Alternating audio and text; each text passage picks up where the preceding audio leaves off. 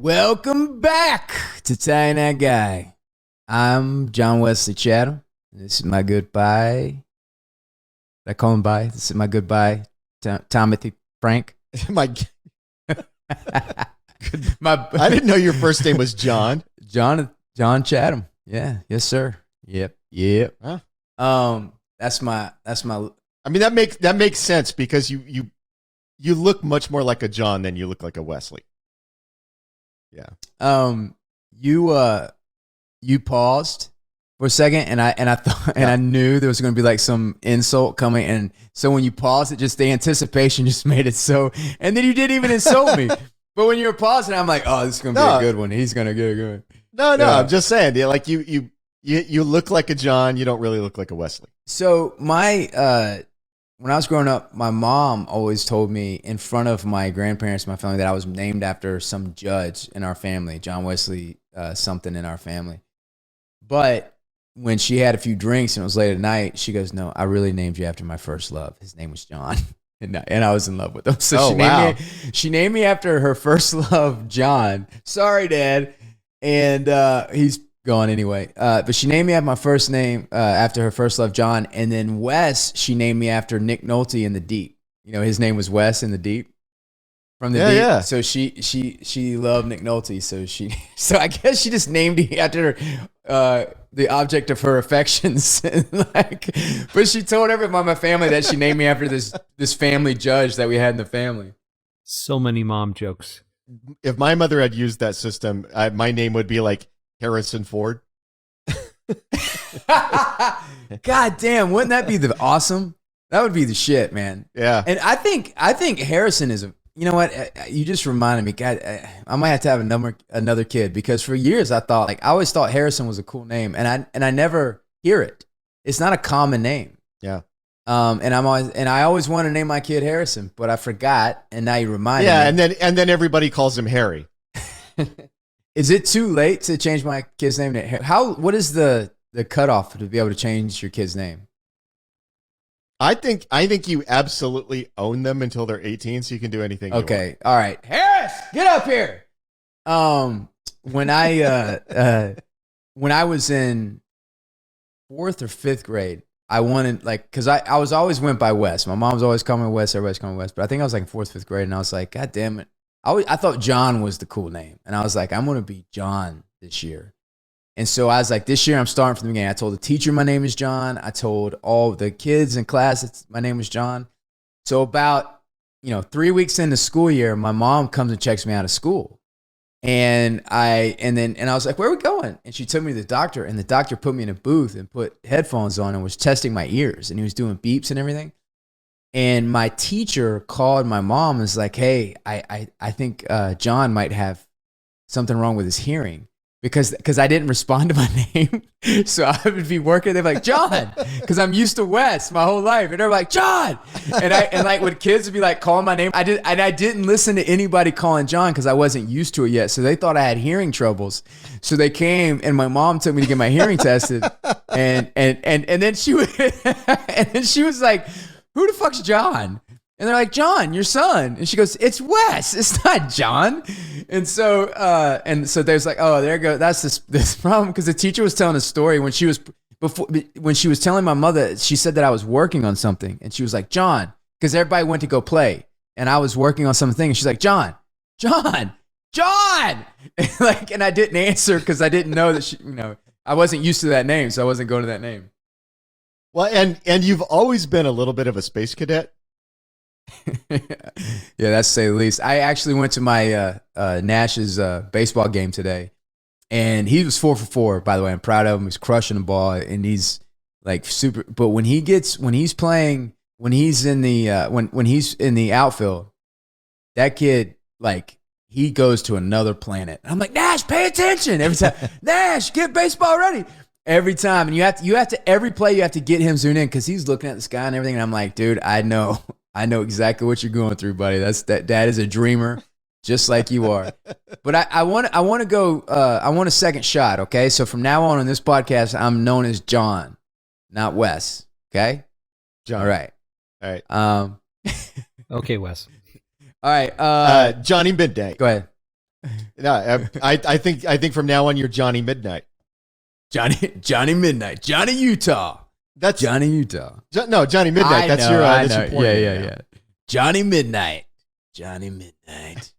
When the sun goes down. Except it's like and the neon lights. It's kind of a softcore porn Johnny name. Midnight. Like a Cinemax kind of porn name. I can go hard. Watch. Wait, no, let me get. No, I'm just kidding. So, today we're going to talk about 503. We've done 503 before, and we did it with Thomas Jane. And so we're going to go in a little bit more in the process. And, and one of the things that I talked before we started the podcast was there was some really big setups that were paid off. Like, for instance, when Avasarala, and I don't remember the exact words, but she was talking about being afraid of people that throw rocks. And she's staring up into space. Yep. Do you remember the exact wording of that? What did she say? Yeah. She's laying on the roof with her grandson. They're talking about shooting stars.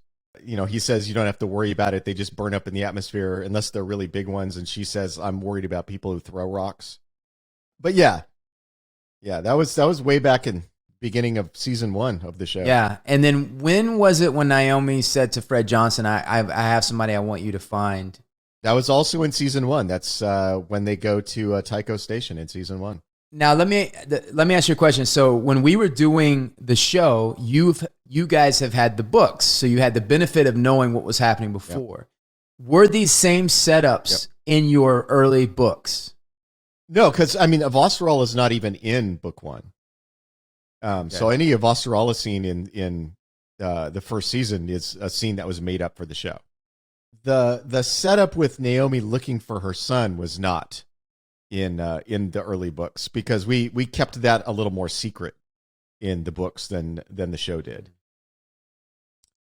So both of those scenes were show specific scenes. So as a writer, like I think about Die Hard, Bruce Willis is signing in and he recognizes that his wife changed his name, which later is because they can't connect him to John McClane. So as a writer, when you're creating these seasons and these long arcs, how are you thinking about? So are you thinking of foreshadowing in the early season? Like, how do you approach that? So when you were writing season 1, are you kind of looking down the road and thinking that at some point Marco is going to have this attack? So you start weaving in these directions that are pointing towards this. Yeah, you do. But the main thing that we were trying to do with the Avasarala scene is really set up because we show her in the first episode, we show her torturing a belter to find out why he was transporting stealth materials, these illegal stealth materials. And that's a very extreme action, right? So part of what we're trying to do with that other scene with the rocks is show what she's so afraid of.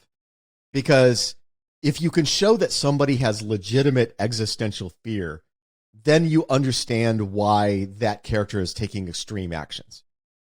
And so we wanted to show both sides of her, the hard ass who will do anything to protect her planet, and the other side, which is this terrible fear that she has about what's going to happen and what she's trying to defend against. And obviously the thing that she's afraid of is what actually does happen, that eventually these belters are just going to have enough.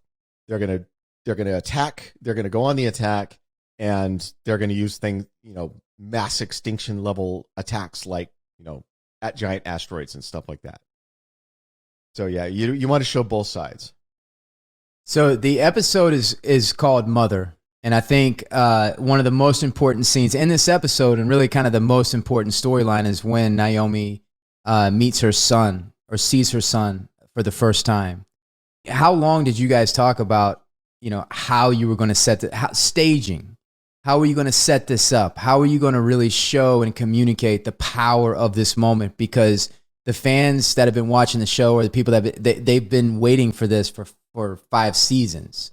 So what were those conversations like going in? And by the way, Thomas Jane directed this one.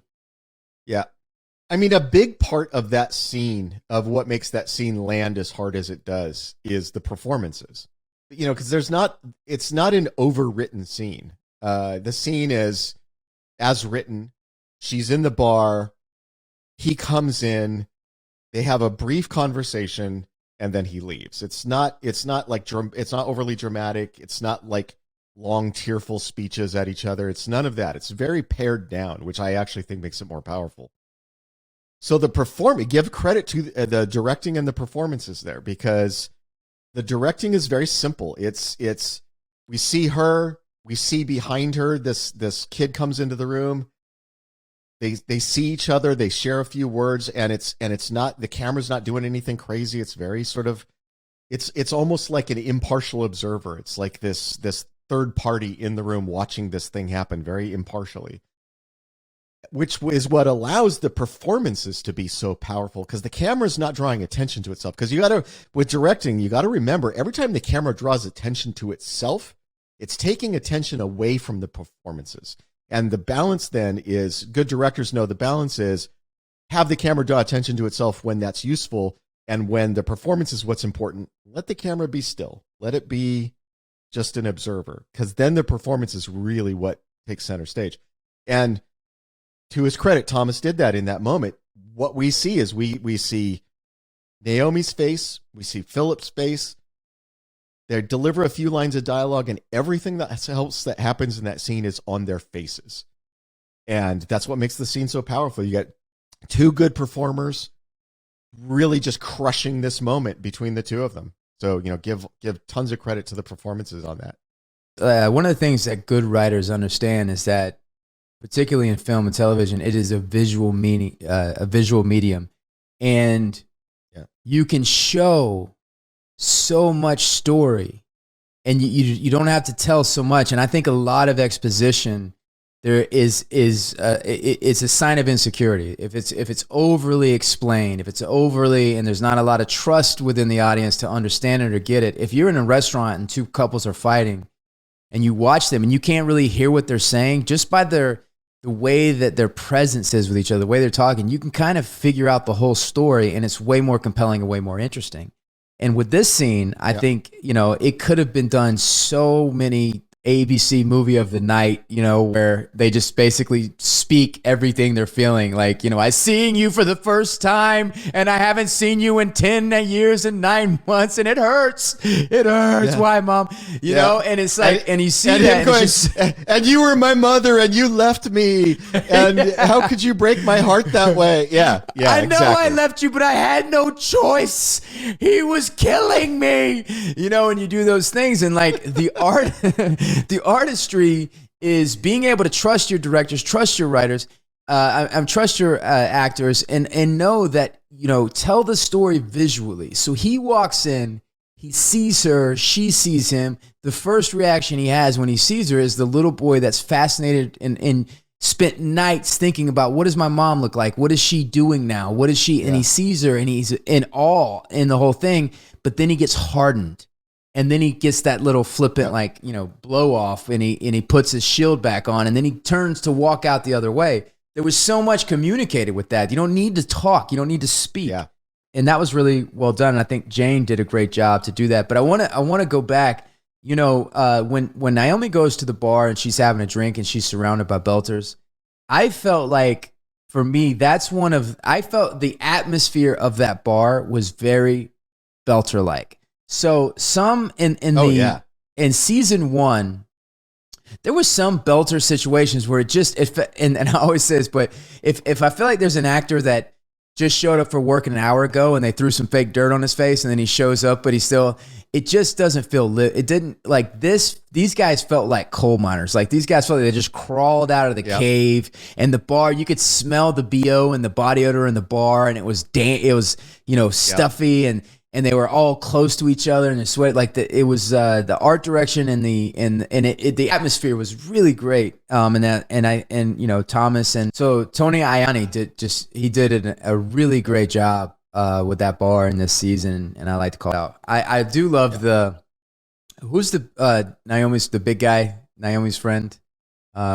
Sin. Sin. He's fantastic, and I love these scenes. It reminds, like the scene in Braveheart when William Wallace sees the girl and he's walking towards her, and the big guy comes up, and he's like, "I'll crush you like a woolum," and they have that, they have that showdown with the rocks, and then the guy punches Mel Gibson, and Mel Gibson throws a rock. Yeah, so But it's one of those things where that's a great introduction when the guy comes in and kicks ass for her, you know? Yep. That was good. Yeah, well, he just picks up that belter and body slams him. Yeah. Sam was a fantastic actor. What was his name? I knew you were going to ask. Brent Sexton. Brent Sexton. Yep. Brent Sexton was a fantastic actor and a joy to have around, and he was great as Sin. Refresh my memory. What was the whole conversation with Avasarala and Delgado where they had with the scientist and he was looking at the rocks because Avasarala had a suspicion that there was stealth tech within the rocks? Yep. Oh, you're asking me about? Yeah. So that is the point of that scene that, because clear back to season 1, she has been chasing this idea that Belters are trying to get their hands on this stealth tech, right?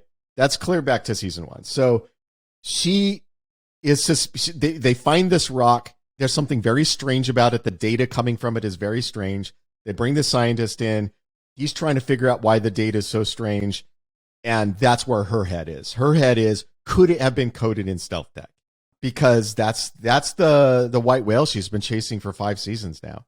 And of course, it turns out that she's right. And the tragedy of the show is that she discovers she's right just slightly too late to stop the first. I know. And it happens, Fred Johnson sends her that video right after.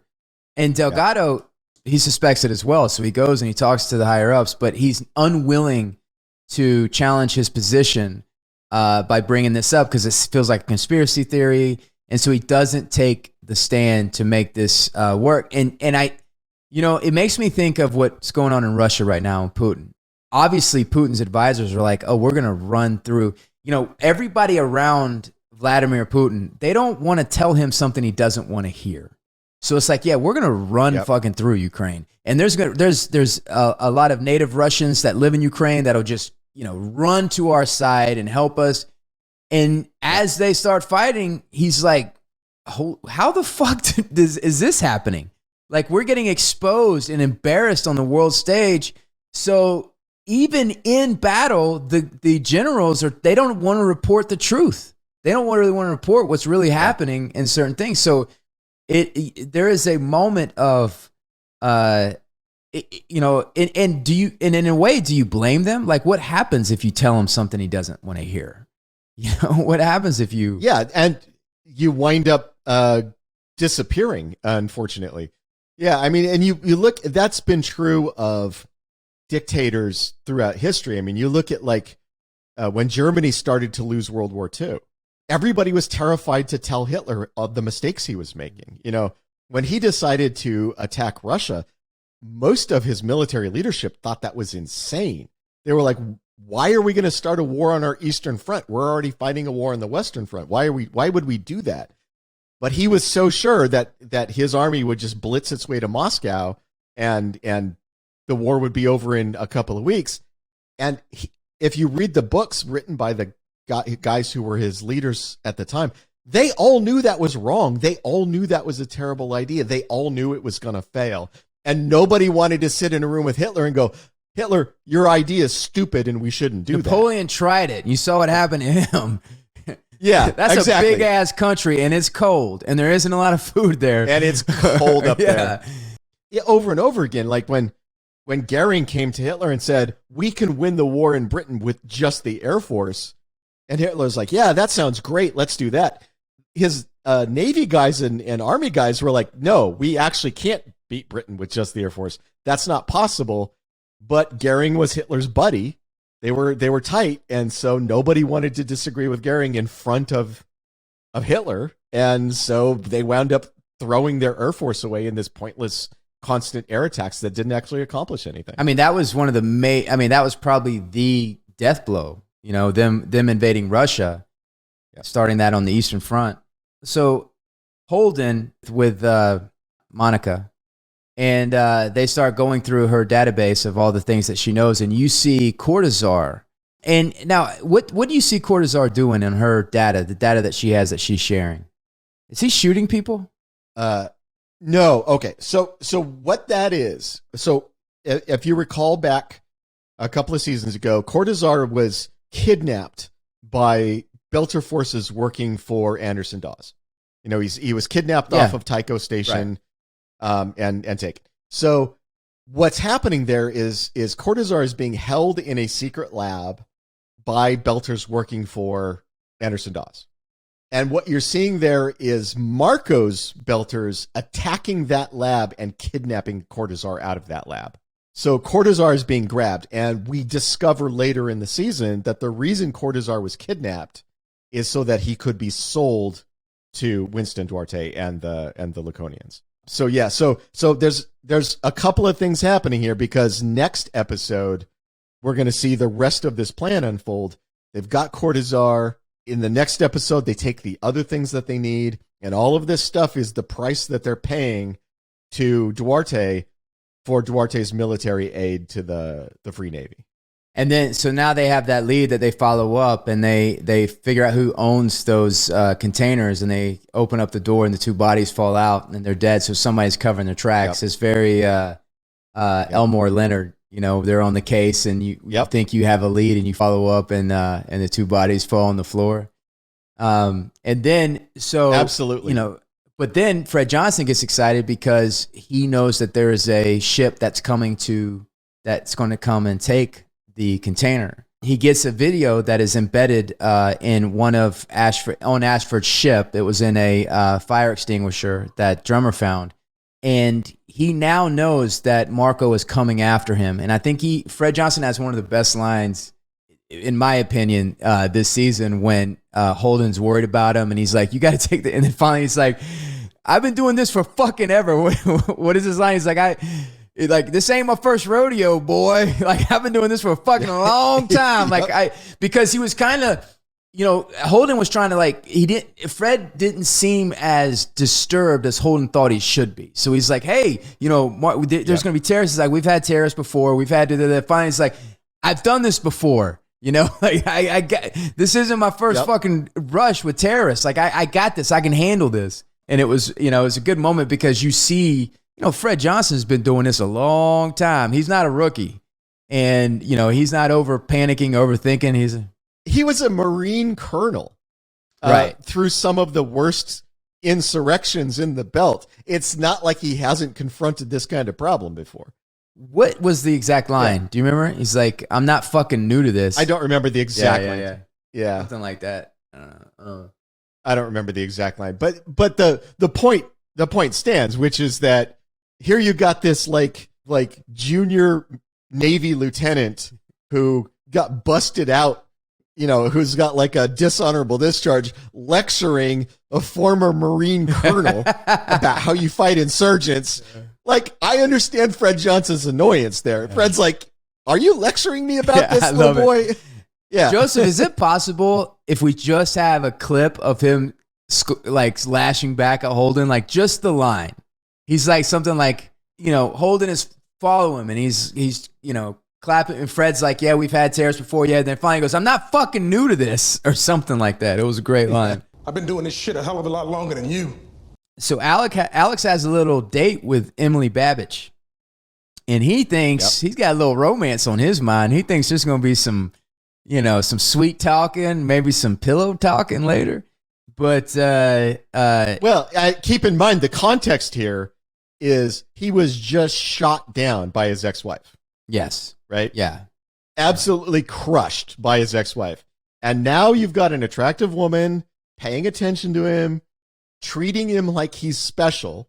You can understand why he falls for that. Like, I get it. Like, it makes sense to me that he falls for that. Oh, yeah. And she's like, how does it feel to be in the history books and saying all the things and getting him talking? And he's in the most vulnerable place that you could possibly be. So he's a lamb for the slaughter. And but it becomes clear that she's just getting information from him. When he goes back to the hotel, he gets drugged in that true serum. I'd like to get a hold of that damn true serum. Is that a real thing? In real life, there have been a variety of things that people tried to use as truth serums. They're pretty hit or miss on how effective they are. You remember in True Lies when it's like in real life? In True Lies when she goes, "Are we gonna die?" And he goes, "Yep." Yep. Because I love that. I love to have some of that. He's like, I like when he's like, I thought I would kill you. How do you plan to do that? Well, I was going to snap your neck, and then I was going to kill the guy over by the door with the thing on the table. And he's like, and how do you plan to do that? Well, I've already picked my handcuffs. Yeah. Yeah, Arnold was very good well done scene for like a guy on True Storm. Yeah, and I thought Alex did a really great job in this. He had, it was really funny, and hey, darling, like the way he was talking and everything. But he basically spills the beans. I'm trying to figure out if the Admiral's selling Russian technology to the Belters, selling Martian technology to the Belters. Martian. And I for that scene, the thing that I try to write as many of these scenes as possible every season. Did you write this episode? I just love watching Bob. I didn't. Okay. I didn't. I think that Dan wrote this one. Okay. But anytime we can have Bobby beating the shit out of somebody just makes me happy. When she rushes in and just beats the snot out of the two guys who were drugging, or the two people who were drugging and interrogating Alex, just makes me happy every time. I thought Alex had a nice moment too, because Bobby would have got shot if he didn't jump on. Yep. Yeah. Well, and it was important in that scene. We actually talking process again. So we had the conversation about that. The original version of the scene, Alex is tied up on the chair. She comes in, she saves him. And when we were doing the notes on the scene, one of the things that came up is we came to realize, actually, he should be part of it. He actually should be trying to, because that's his friend. Bobby's his friend. When he sees that she's about to be shot, he should be trying to help with that. And in the book version of the scene, Alex actually is part of that fight. He actually does help Bobby fight the people off who are trying to kill him. And so we rewrote the scene a little bit to give him that hero moment where he jumps on the guy with the gun and keeps him from shooting Bobby. And it just felt like after that, it was a much stronger scene. It felt like the two of them were working as a team, and it did wind up being a stronger scene. So sometimes rewriting a scene to preempt actor notes on a scene actually makes it a stronger scene. So if you're a writer, don't be afraid of that. Don't be afraid of trying to preempt what the actor complaints about a scene are going to be. When you were working on things now, because The Expanse, it's probably hard to remember The Expanse being a new idea to you. I mean, it was so long ago, and you probably started daydreaming about that world, and then you started the game, and you started the books, and now you're in this series. Yep.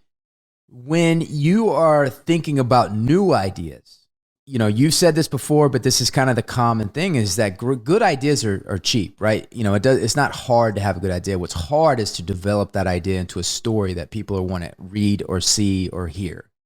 So what do you find in ideas that say, okay, this is something that I want to give more time to. This is something that I want to explore more and put real work into it. What are some of the things that you look for in an idea? My first real writing teacher was a professional writer, professional science fiction writer in his own right. This was way back, like 30 years ago, probably, or 25 years ago. One of the things he talked about is nothing is ever one idea.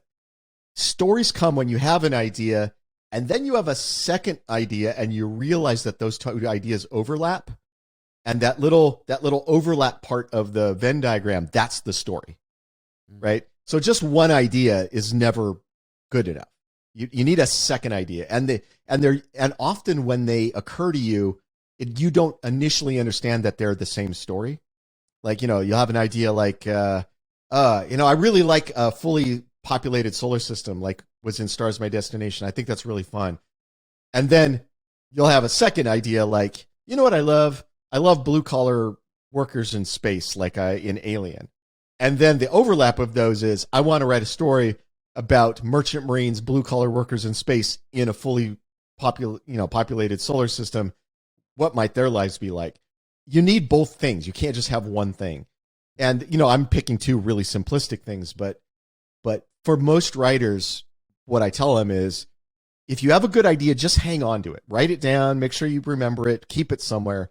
And at some point, a second idea is going to occur to you that you're excited about, and you're going to realize, oh, these two things are kind of overlapping ideas, and I can make a story out of the overlapping space between them. And that's what you're waiting for. You're waiting for that second thing. You're waiting for that second moment. And you don't often control that. It's usually a thing that just pops into your head. But when it happens, that's where the magic comes from, I think. All right, Joseph, what's our top 5 today with our lovely, wonderful, hot, sexy Patreons? Let me get pulled up for you guys. Alrighty, we have Space Murdering Rocks. So this involves asteroids, comets, anything carried by said asteroids and comets. So we have Night of the Comet, Armageddon, Deep Impact, Dinosaur, Land Before Time, Ice Age, Maximum Overdrive, one of you guys' favorite amazing movies, right? Number 1. Greenland, Don't Look Up, Meteor, Seeking a Friend for the End of the World, Melancholia, Evolution, The Blob. I don't know which one we want to consider that one, the original or was it the 80s, right? It was late 80s? The original was Steve McQueen. Oh, I know that one, but the remake and then that the was later made one was with Kevin Dillon and Shawnee forgot. Smith. Yep. Kevin Dillon and Right. Shawnee Smith. Correct. And then we have Life Force, Moonfall, Life, and Annihilation. I'm trying to think if there's more stuff that I would. I There's know, there's that's a what I'm bunch of thinking of like right now. anime. Yeah, there's a bunch of anime stuff that did this. The one that people always bring up to me is I think it's Evangelion did a thing where they dropped something on the Earth, but I've never watched Evangelion, so I don't know which one did that, and I don't know the specific thing. But I know a bunch of people are going to mention that in the comments. So yes, I am aware that there's a thing called Evangelion, and I am aware that it has a thing where they drop a rock or some kind of big thing on Earth, but I don't know. There's also Char's counterattack from Gundam. Oh, Gundam. Oh, okay, maybe it was Gundam. Maybe it wasn't Evangelion. Maybe it was Gundam. But it was one of those things. This might be a stupid question, but was Critters a crash landing on Earth, or was it a meteor or I something? like where you're going, Wes. I'm sorry, John. The patrons already asked that question. Somebody was saying, "Wait," but then another patron pointed out, "No, that they broke out of prison, Yeah, and had a spacecraft." that's right. They The Critters broke out of prison? That's what I thought it was. Yeah. Yep. And then it crashed. It is. Yep. Critters break out of prison and they crash a ship. I'm a Maximum Overdrive fan, and I don't care who knows it. I love that movie, and it's Stephen King's only time he's I think he directed a Creep Show, but that for me, for a nostalgia, and listen, I get in arguments with my movie nerd friends all the time. Nobody likes that movie. Me and Ty like it. That I think that goes on the list as a big fuck you to all you film elitists. Yep. Hey, if you want to watch Emilio Estevez and Lisa Simpson fighting alien infected vehicles, that is the best movie that does that. That makes no sense. I still don't understand the rules. Like if it's anything mechanical, it gets affected. It gets like and then not only does it get affected, it has a personality. And gains new powers that it didn't have before, because that movie starts early on with Gus Fring being killed by a Gyrus video game arcade machine by just flashing lights at him until he explodes. Thank you, Apparently, Ty. video game arcade machines have the ability to flash lights at you until you explode. And we just didn't know that until an alien took one over. Do you know who else is in the movie that you guys just talked about? In Maximum Overdrive? Yeah, season 5, episode 2. What the fuck do you want? Frankie Faison? Yes, he is. I'm looking at the credits right now. He's Where? I don't know. Handy. We need. I need to rewatch it again now. Well, listen, the thing though, Ty, the lights might hypnotize him with blow, and he has to can't move with blow. What I don't understand is how somebody's standing in front of a Coke machine, and as the Coke machine is shooting Cokes and to kill him with hitting him with the fucking Cokes in the Coke machine.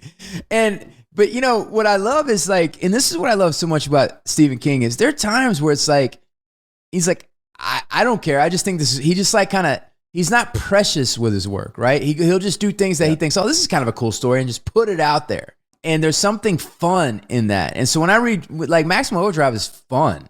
And, you know, and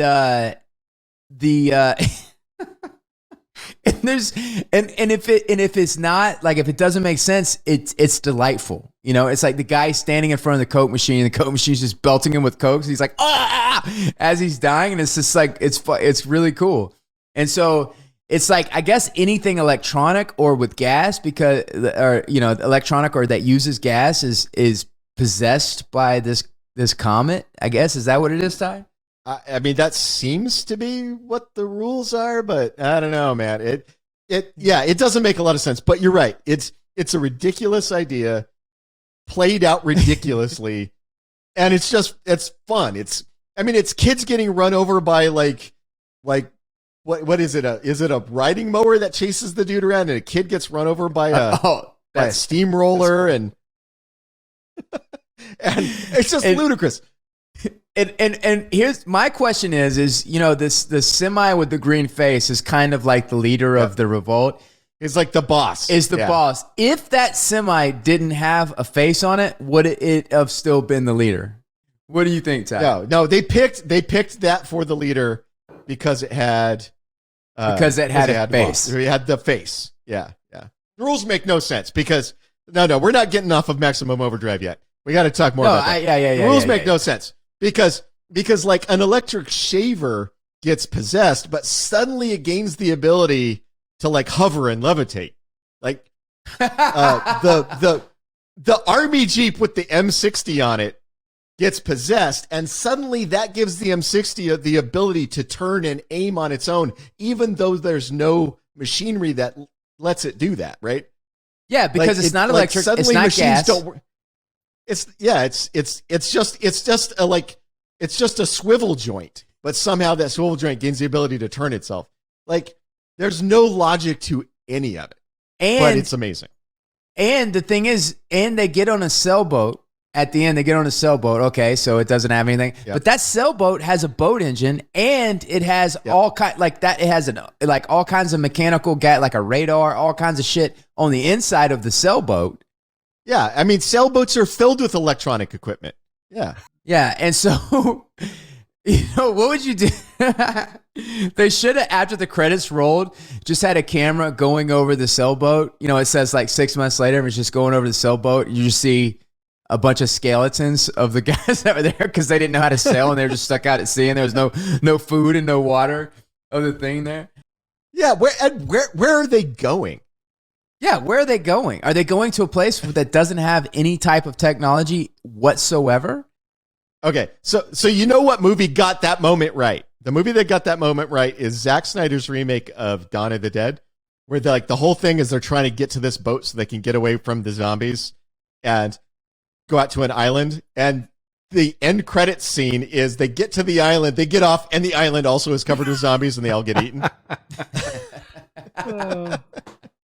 But you know what's great about Maximum Overdrive is that, and you know what, I'd like to do more research about it and see like who shot it, who, you know, I know that Stephen King directed it, but because there's some cool stuff in it, there's some cool moments in it, and you know it has a Tremors like element where these like group of people are held up in that truck stop, and they're held up by these monsters, and they have to work together to try to overcome it. So there's some really cool moments like that. But then you have like the gas montage where they hold them the thing, and they have to fill everything up with gas, and all these truck has face, you know. But whenever Maximum Overdrive came on in the 80s at like, you know, 1 o'clock in the morning, I never missed that. I never missed it, and I really enjoyed it, and I still enjoy it. I should. You're missing the most important element of that truck stop, though. That truck stop, it has a restaurant, it has a gas station, it has all that stuff. It also has a basement filled with an armory of like rocket launchers and machine guns, like all truck stops in the Midwest do.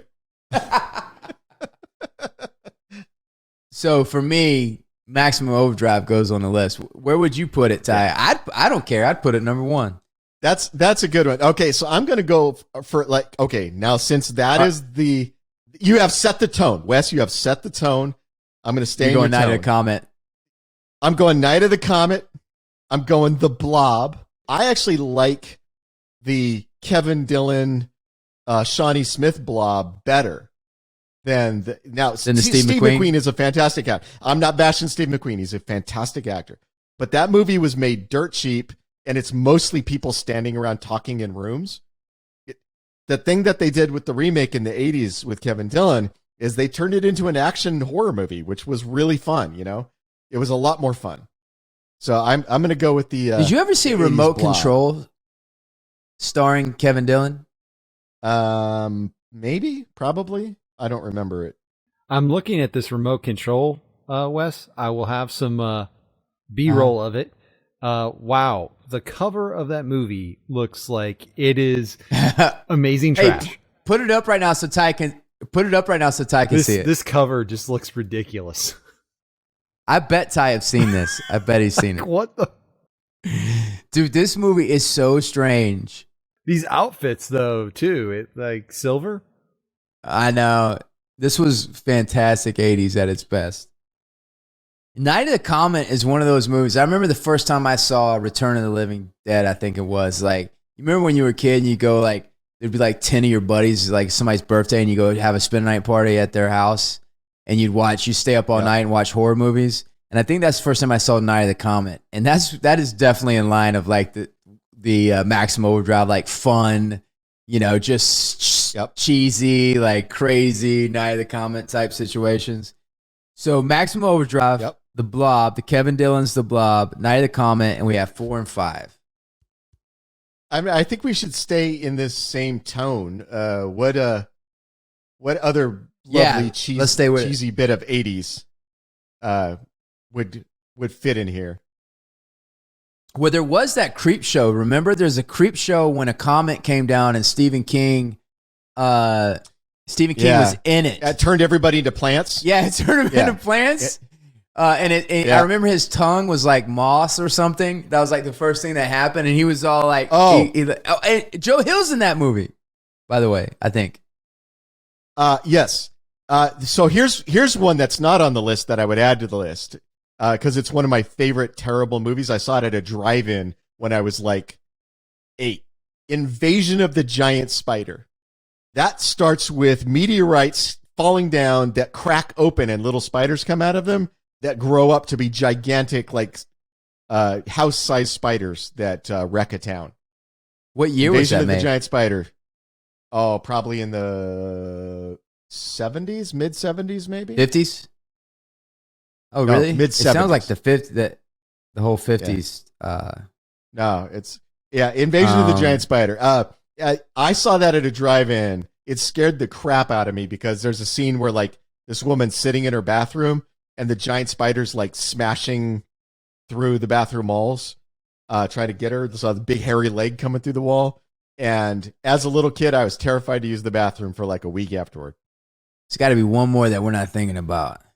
Comments. All right, so we got Maximum Overdrive, The Blob, Kevin Dillon, Night of the Comet, Invasions of the Giant Spider.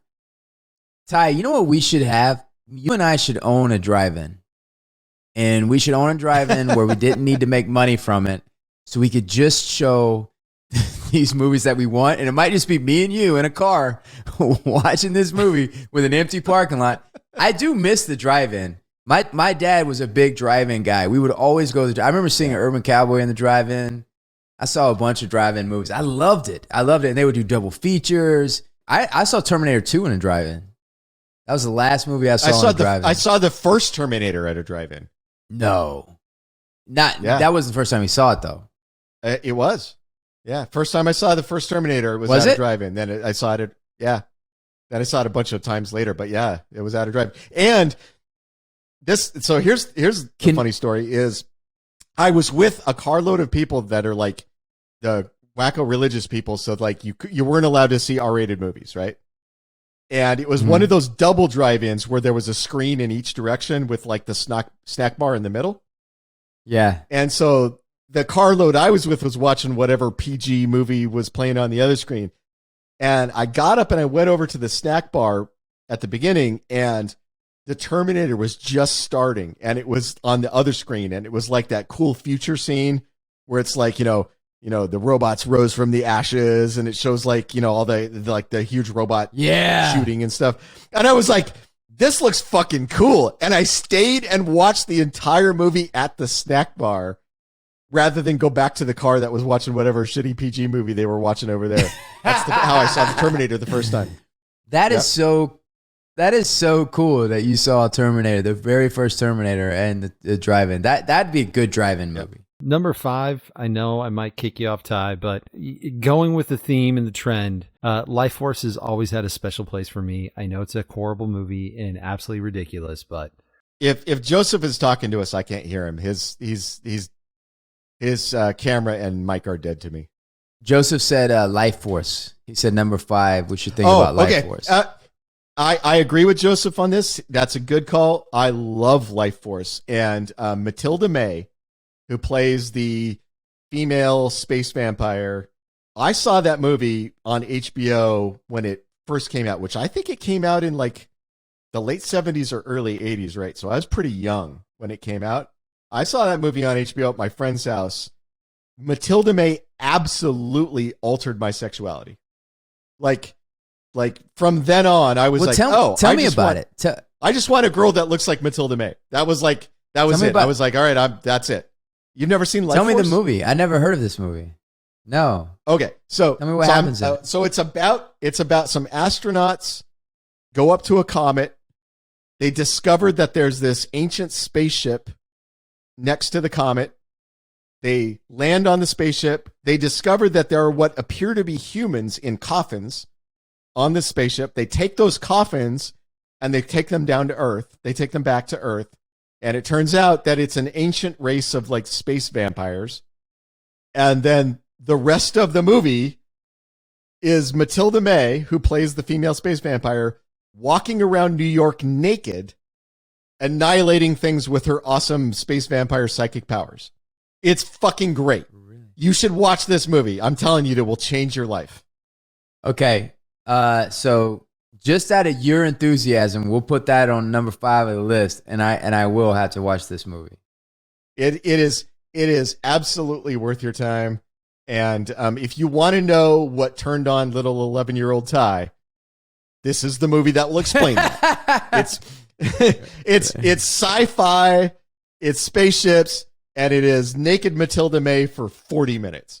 That was everything that young Ty wanted out of life. This is the Patreon. Wow, they were on point. Well, never mind. They weren't. Yeah, they went serious on us, though. I could stay awake just to hear you breathing. Armageddon. All right, I'm gonna state for the record that I hate Armageddon. I hate that movie with a passion. I agree with you, Ty. I'm a dissenting voice in that. I don't hate it with a passion. I enjoyed it at the time, even though it made zero sense. And what I love most about Armageddon is the Ben Affleck. You remember in the DVDs you would do the commentary? Ben Affleck did a commentary, and he could tell he was a little hammered, and he just rips the movie apart. And he goes, all right. He goes, hold on. Why is it easier to train drillers to be astronauts instead of training astronauts to be drillers? And he just goes on and on. That's a really good point, Ben Affleck. But I don't hate it. Yeah, that is a good point. Annihilation, I haven't seen that. That's the Natalie Portman one? Yeah. How is that? I like the book better, but it's not terrible. It's okay. I didn't love it. I thought the magic of the book was sort of lost in the translation, unfortunately. Right. Well, I thought the Patreon members knew us better. Maximum Overdrive, Kevin Dillon's The Blob, Night of the Comet, Invasions of the Giant Spider, and Life Force. Yeah, Life Force. Now, they do have Night of the Comet on there, so they know us a little bit. And I will say, I thought Deep Impact was a better movie than Armageddon, but it's still not a great movie. And just so you know, Ty, The Blob just missed the top 5 for the patrons. Oh, okay. So they're swinging.